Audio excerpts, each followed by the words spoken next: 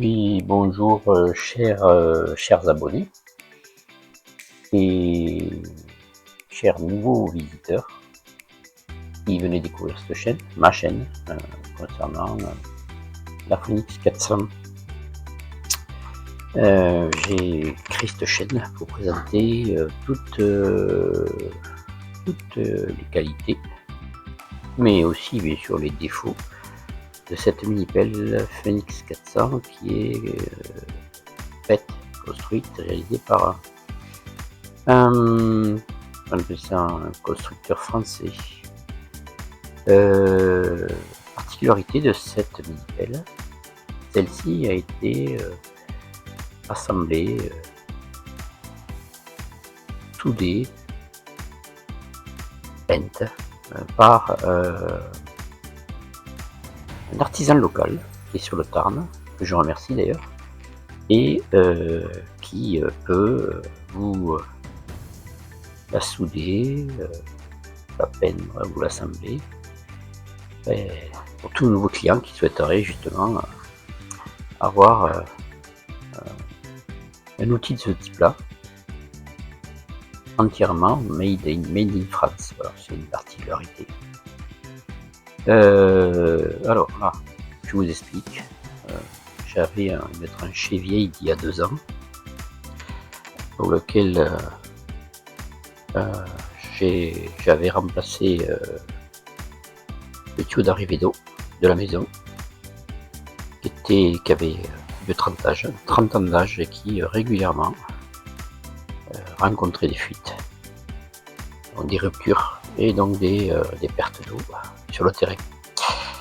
Voilà, donc il y a 2 ans, tranché, fait par un entrepreneur du Tarn, mais 2 ans après, c'est moi qui rebouche avec ma propre mini-pelle.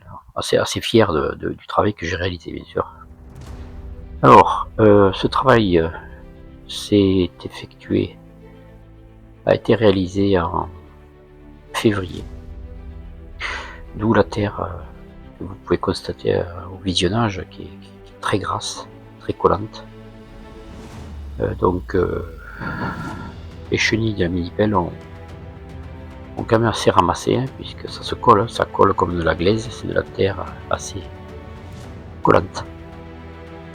On voit que il y a des mottes de terre et on voit les végétaux qui ont pris le dessus quand même, qui avaient commencé à pousser, hein, des amas d'herbe. Et j'ai effectué ce travail avec un godet de 40. Je trouvais un bon compromis, parce qu'il a des dents, il peut prendre un bon contenu quand même de terre. L'objectif étant que ça colle pas, comme je fais attention que je colle pas la terre, vous voyez, elle est assez grasse. Et ça m'a permis aussi, grâce au godet, de tasser la terre aux endroits où je voulais absolument la faire pénétrer et la faire descendre avec la pression du poids du balancier plus du godet. Donc la lame me permet de pousser et le godet de décoller la terre, de la déplacer, de niveler. Vous voyez, là je tasse, voilà, là je tasse, boum boum. Voilà, je tasse, c'est assez rapide. Alors la vidéo quand même est en mode accéléré, je suis en vitesse 10, ce qui permet quand même d'aller beaucoup plus vite pour vous montrer la totalité, tout le chantier effectué. J'ai coupé des parties inutiles, mais globalement il y a toute la vidéo est là. Voilà. Donc vue de loin, je vais poser la caméra un peu plus loin. Là, la deuxième partie de la tranchée. Je pose le grillage de signalisation bleue obligatoire pour tout prochain pelliste qui intervenait dans la zone, pour savoir que dessous ce sont des tuyaux d'eau, bleu pour l'eau, rouge pour l'électricité. Voilà. Et là donc il y avait donc bien sûr des tas de terre déposés d'un côté comme de l'autre par l'ancien pelliste qui est venu, hein, voilà. Donc là j'essaye bien sûr de racler avec la lame pour enlever maximum les mottes de terre et de gazon. Et là je commence à pousser, voilà, c'est collé, ça colle, c'est très dur, voilà. Et j'essaie de faire en sorte aussi que le grillage bleu de signalisation ne parte pas dans tous les sens, donc je fais tomber doucement la terre, voilà. L'objectif étant bien sûr de la décoller parce qu'elle est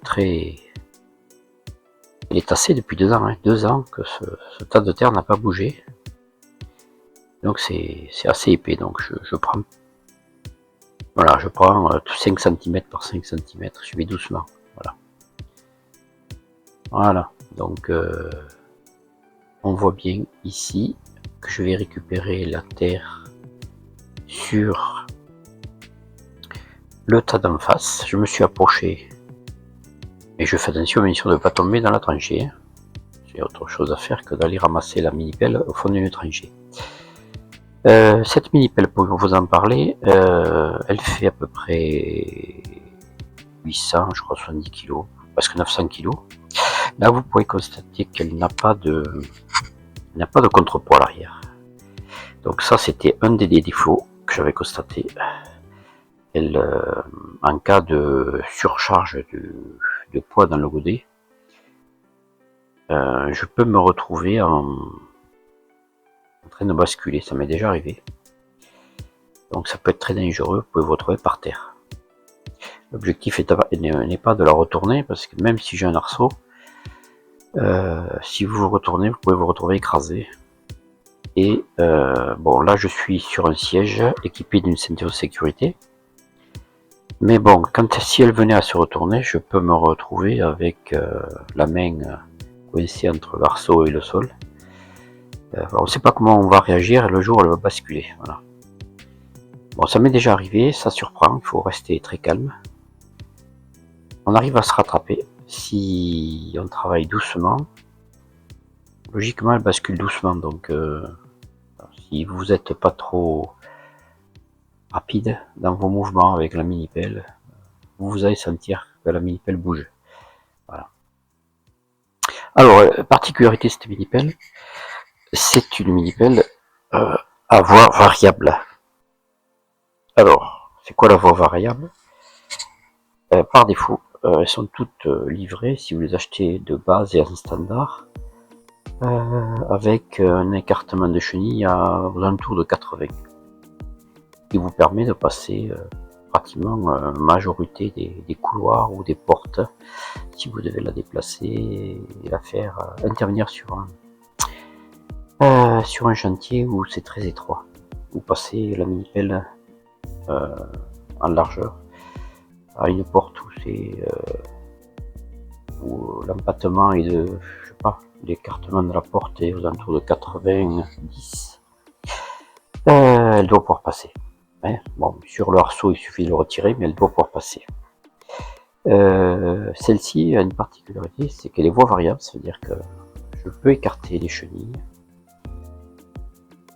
afin d'avoir une meilleure stabilité. Là, elles sont élargies, c'est-à-dire les chenilles sont écartées l'une de l'autre de à peu près 1 mètre. Donc j'ai une meilleure stabilité et la mini-pelle, si je viens à prendre la terre à droite, la déplacer à gauche, aura moins tendance à basculer. Si jamais le bras est trop, le bras ou le godet est trop éloigné de la mini-pelle. Voilà, donc là, comme je vous ai dit, il me manque une chose, c'est un contrepoids. Alors comme ce rebouchage de tranchée, j'ai mis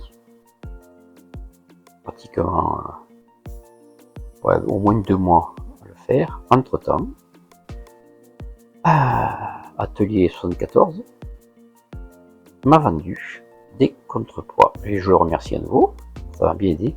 Là, on est 2 mois après. Si vous regardez la mini-pelle, à un moment donné, quand elle va se retourner, elle a à l'arrière des plaques noires, vous le voyez, des plaques noires à l'arrière. Et ça améliore vraiment la stabilité de la mini-pelle. Je travaille en toute confiance, alors que jusqu'à maintenant je faisais plus attention. Là maintenant je suis plus rapide, je prends moins de précautions parce que je sais qu'elle est beaucoup plus stable. Voilà, donc vous avez vu qu'à la lame, dès que j'ai décollé la terre, je peux m'amuser à la pousser. Elle, le tas de terre va bouger plus facilement. Là, il faut d'abord décoller. Voilà, je décolle, je gratte. Alors, je gratte jusqu'au niveau du sol où je compte créer ma surface plane. Voilà. Voilà, et là, à partir du moment où c'est à peu près bien décollé, bien mou, on va dire, voilà, très mou, c'est plus compact. Hop, avec la lame, je pousse et c'est plus facile. Voilà. Alors cette lame a les particularités aussi par rapport aux lames standards, c'est que comme je peux écarter mes chenilles jusqu'à 1 mètre, de 80 cm je peux pousser jusqu'à 1 mètre, de chaque côté de ma lame, j'ai une rallonge de 10 cm. Donc, par défaut, la lame fait 80, et là, ma lame à moi, elle fait 1 mètre de large. Donc je prends beaucoup, plus une mini pelle Phoenix 400 standard. Voilà. Bon, je vous cache pas que tout ce travail que je fais avec cette engine m'économise au niveau du dos et je suis moins fatigué après un chantier comme ça que quand je vais me le taper à la pioche ou à la pelle à l'époque. Voilà. Là, je suis sorti parce qu'il y avait des cailloux au sol et je suis pas à l'abri de rouler sur un caillou avec la chenille, voire même qu'un caillou rentre à l'intérieur de la chenille. Donc les roues que vous voyez, ça s'appelle des rollers. Et si un caillou comme ça rentre à l'intérieur, bon, il faut éviter les dégâts quand même. Ça m'embêterait d'avoir passé du temps soit de décheniller, soit de casser un roller ou de devoir casser une pièce. Donc voilà, je continue à répartir la terre et de temps en temps, vous voyez, je tape, je tasse, parce que bien entendu, comme c'est très mou, et bien c'est l'occasion de bien tasser avec le godet de 40. Voilà. Bon, vu de loin, c'est sympa, on voit bien que je tasse la terre, là, vous voyez, de temps en temps, je passe et boum, boum, je tape. Bon, je vous rappelle, hein, je suis en vitesse 10 x 10. Donc, en réalité, ça se passe beaucoup plus doucement que ça. Là, j'utilise les chenilles pour tasser. Regardez. Si la mini-pelle fait pratiquement 1 tonne, j'arrondis, hein, 1 tonne, chaque chenille fait 500 kg. Donc, imaginez 500 kg. Vous pouvez vraiment tasser votre terrain juste avec le poids de la chenille. Voilà. Donc mon objectif là pour l'instant c'est de reboucher, voilà, d'aplanir et d'y revenir plus tard pour effectuer un bêchage, un petit bêchage, hein, juste léger, motobinage, ratissage et puis planter du gazon, quelque chose de propre. Voilà, donc là je gratte là pour pouvoir justement juste ramener un peu de terre pour aplanir toutes les petites bosses que je vois. Voilà. De l'endroit où je pilote, j'arrive à voir si c'est plat ou pas plat. Et ça me permet de combler et de rattraper. Bon, globalement, c'est assez pas trop dur. Le soleil s'est levé, il fait beau. C'est plutôt sympa. Voilà. Voilà, là je tasse, vous voyez, je tasse. Hop, avec la chenille, clac. Je tasse. On voit d'ailleurs toutes les empreintes laissées par la chenille. Voilà, boum. Et s'il y a un endroit où il y a un petit défaut, je corrige. Je reviens. Donc là, c'est une tranchée qui m'a permis de faire rentrer les tuyaux, d'arriver droit à la maison. Donc on longe le muret et on rentre à l'intérieur de la maison. Voilà. Donc cette partie-là est particulièrement difficile parce que vous avez un muret, il y a des petites ardoises roses, alors c'est des tuiles, on va dire, qui couvrent le muret. Et mon objectif étant bien sûr de faire attention, voilà, je pousse, je m'arrête pour ne pas les abîmer. Donc l'accès est très difficile, très complexe. C'est pas le moment de casser le mur. Voilà, donc j'y vais doucement. Voilà. Je sais que je prends des risques, mais j'ai pas envie de faire l'appel parce que c'est du boulot. Voilà, donc j'y vais doucement, doucement, doucement. Je préfère pousser, voilà. Doucement, pousser, doucement. Voilà. Voilà. Alors aussi, il y avait ce qu'on appelle, vous savez, ce qu'on appelle les tapis verts, là, les bâches vertes, pour éviter que la mauvaise herbe pousse dans les massifs. Voilà. Une partie de cette bâche était en mauvais état. Donc elles se sont déchirées. Facilement, je préfère les retirer et le refaire pour moi. Voilà. Bon, alors donc, il faut savoir que quand vous passez 2 heures à faire de la mini-pelle, votre attention finit par baisser.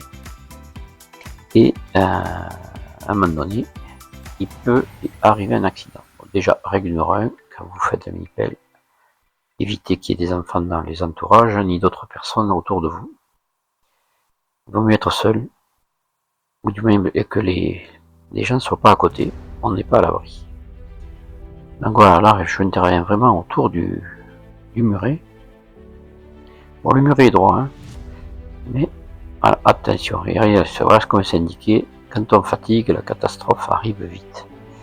D'ailleurs, je vais mettre en mode ralenti, regardez. Voilà, et pourtant, j'ai pas touché les murs en béton, regardez. C'est juste qu'il y avait 5 cm de trop, j'ai touché les tuiles dessus. Donc il y a toute une rangée qui est partie avec le choc. Elles se sont carrément décollées. Voilà. J'ai gagné ma journée. Je suis bon pour les changer, les remplacer, en recoller de nouvelles. Donc ça m'a donné envie de sortir la pelle et de finir la partie la plus compliquée à la pelle pour ne pas les péter les dernières qui arrivent jusqu'à la maison. Voilà. Allez, tant pis. Moi qui voulais pas sortir la pelle, j'ai pas le choix. Je m'ennuie. Voilà le gros râteau, le gâteau de chantier. Voilà. Et là, donc, je suis sur la fin du chantier. Donc, l'avantage d'avoir sa propre mini-pelle, c'est que finalement, vous la sortez quand vous avez le temps. Généralement. Je fais 2 heures de chantier, j'arrête. Je passe à autre chose. Donc là, on a donc février. Après, je vous ai dit, il me semble que j'ai dit 2 mois après. Février. Ah, c'est ça qu'il me semble que j'ai dit, je sais plus. Et là, 2 semaines encore après, donc février, mars. On est peut-être en avril là. D'ailleurs, regardez, le cerisier qui est au fond, il est en fleurs. Ouais. Et ouais. Ça fleurit trop vite. Donc là, l'objectif pour moi, il n'y a plus à reboucher, il faut juste étaler de la terre, puisque la tranchée avait déjà été rebouchée là, à la main. C'est pour ça que je vous dis qu'il y a quand même eu du boulot à la main. Ça avait été rebouché à la main. Mais il y a énormément de terre, de tas de terre. Voilà. Donc il faut répartir cette terre et la répartir et la panir sur toute la totalité de la surface, de manière à ce que ça soit propre.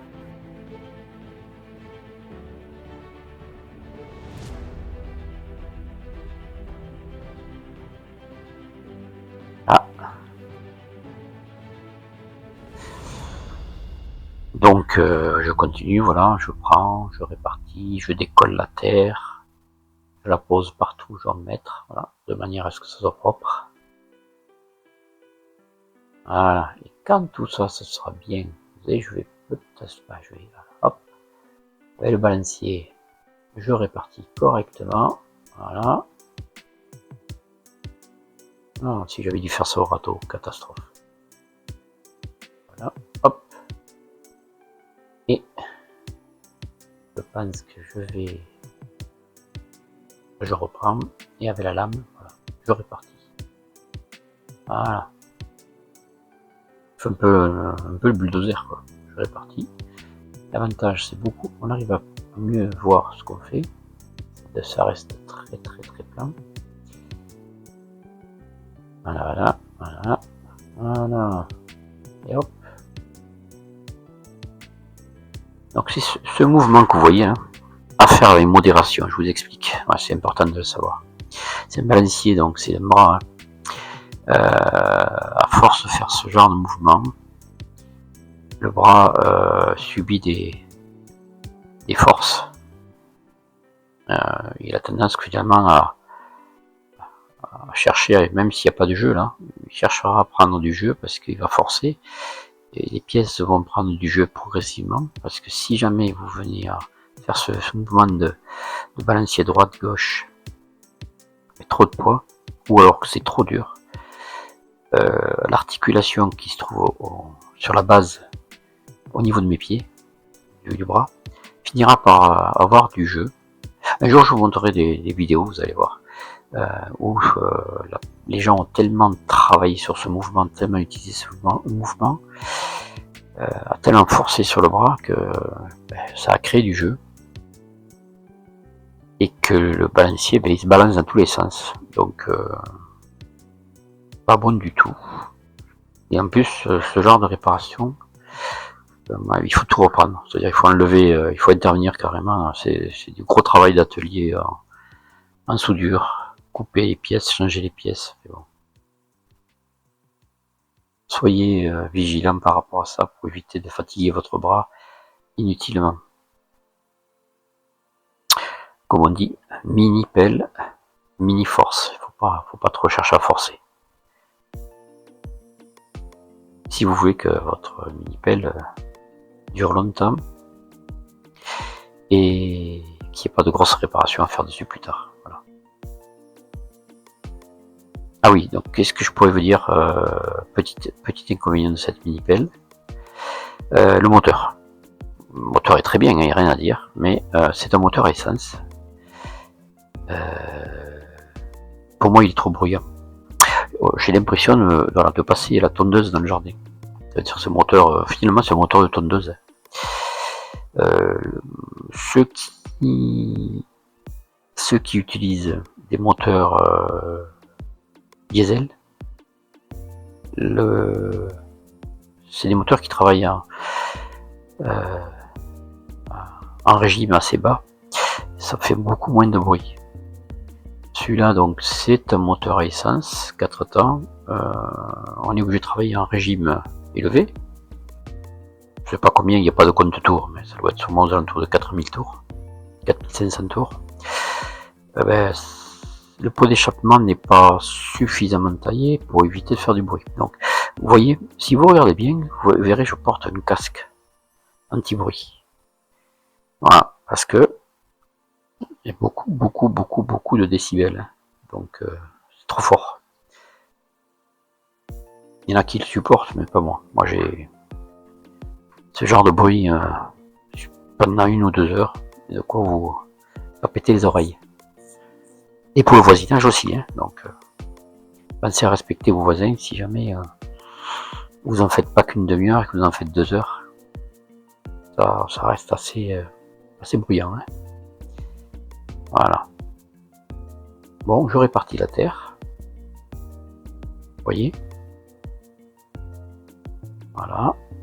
Je l'ai pris la terre qui était tout à fait en haut du terrain. Moi j'ai un terrain en pente, hein, tout à fait en haut du terrain. Et au fur et à mesure, j'ai constaté qu'il a manqué en bas. Donc j'ai tiré la terre et je l'ai descendu. Voilà.